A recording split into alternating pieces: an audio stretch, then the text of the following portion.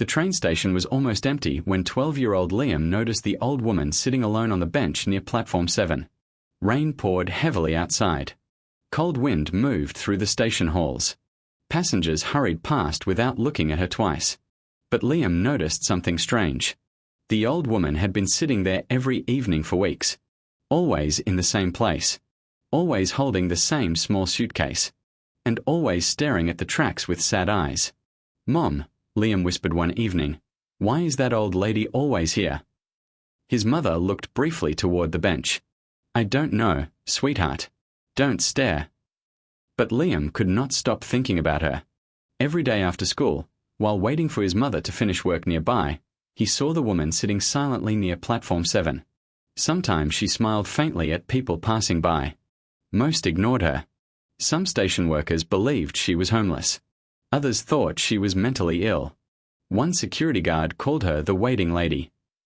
But nobody actually knew her story. One cold evening, Liam finally gathered enough courage to approach her. "Hello," he said nervously.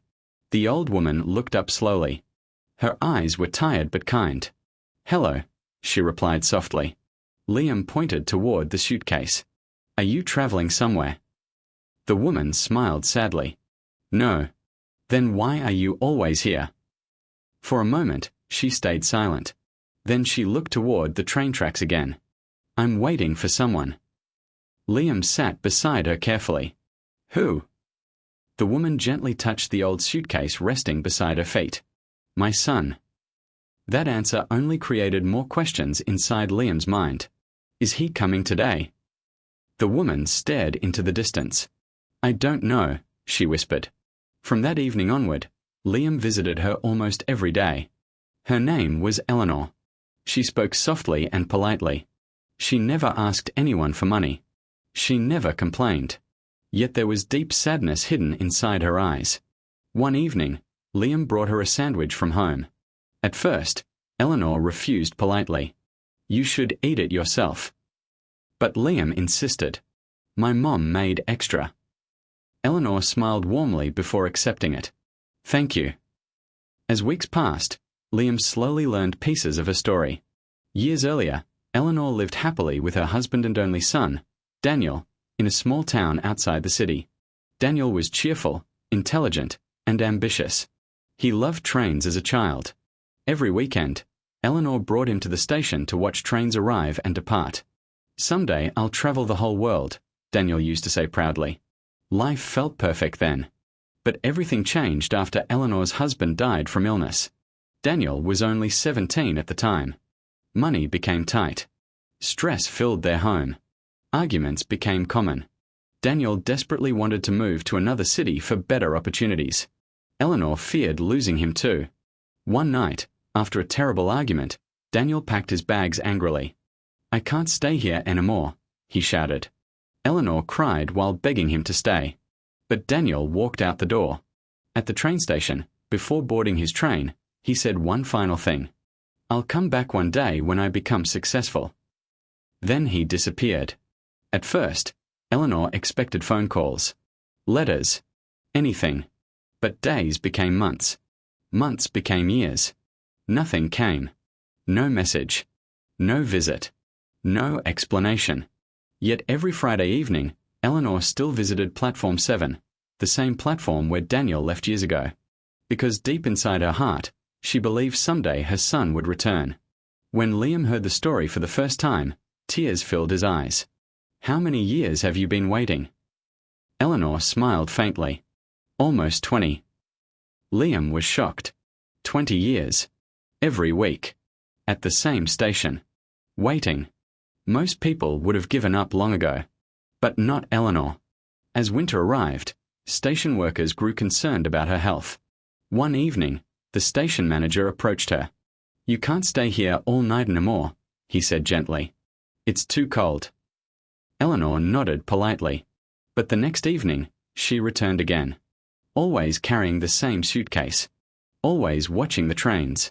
One afternoon, Liam asked carefully, "What's inside the suitcase?" Eleanor smiled sadly. "Things for Daniel." Curious, Liam looked at the old case. Inside were neatly folded clothes, birthday cards, childhood photographs, and a small toy train Daniel once loved as a little boy. Eleanor had carried those items with her for years, waiting for the day she could finally give them back to her son. One snowy evening, Liam arrived at the station and found Eleanor coughing badly. Her hands shook from cold. Without thinking, Liam removed his scarf and wrapped it gently around her shoulders. "You'll get sick," he said worriedly. Eleanor smiled warmly. "You remind me of Daniel when he was young." That sentence stayed in Liam's heart for days. Meanwhile, rumors about the waiting lady spread across the city. Some people mocked her online. "She's crazy. No son would disappear for 20 years. She should move on." But others felt sympathy. One local journalist eventually became curious and decided to interview her. During the interview, Eleanor spoke softly into the camera. "People think I'm foolish for waiting," she admitted. "But when you love someone deeply, hope becomes impossible to abandon." The interview aired across the city. Millions watched it. Some cried listening to her story. Parents hugged their children tighter that night. And somewhere far away, a man froze while watching the television screen inside a small apartment.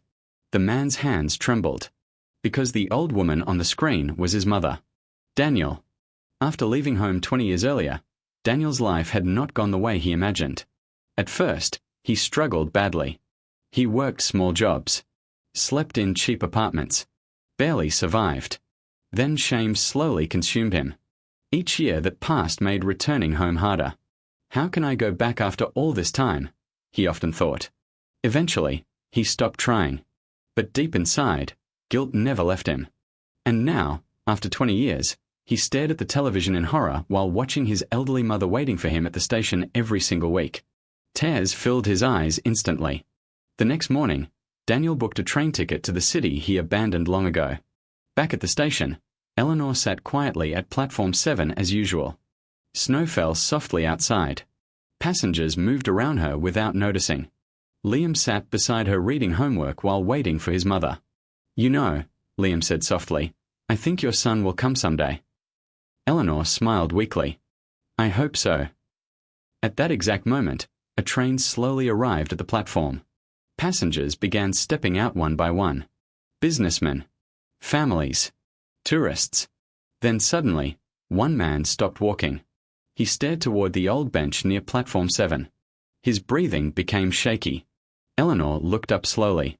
For several seconds, neither moved. Neither spoke. Then the suitcase slipped from Eleanor's hands onto the floor. "Daniel," she whispered. The man began crying immediately.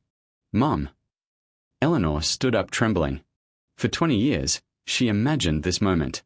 But now that it finally happened, words disappeared completely. Daniel rushed forward and hugged her tightly. Both cried uncontrollably. Passengers nearby stopped walking. Some wiped tears from their eyes while watching the emotional reunion. Liam smiled silently from the bench.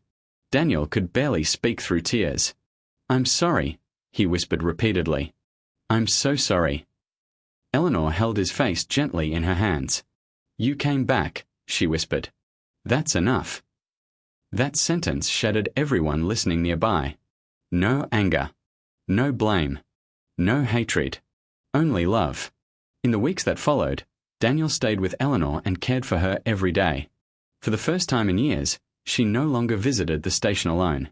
But something unexpected happened after their reunion video spread online. People across the country became deeply moved by Eleanor's story. Thousands shared messages about forgiveness, family, and second chances. Many admitted they had not spoken to parents or children for years.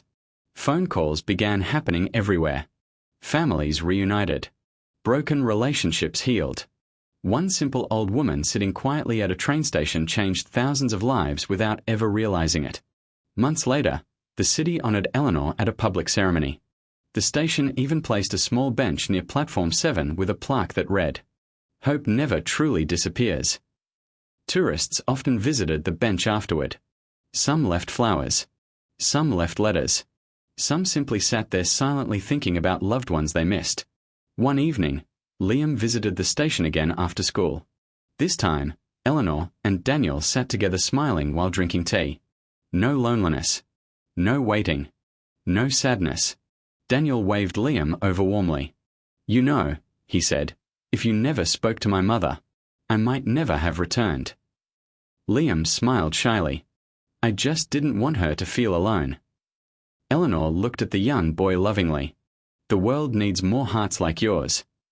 Years later, Liam would still remember the old woman at Platform 7, because she taught him something powerful. Real love does not disappear with time. Real love waits, forgives, hopes, even after 20 years. And sometimes, the people everyone ignores are carrying the deepest stories of all.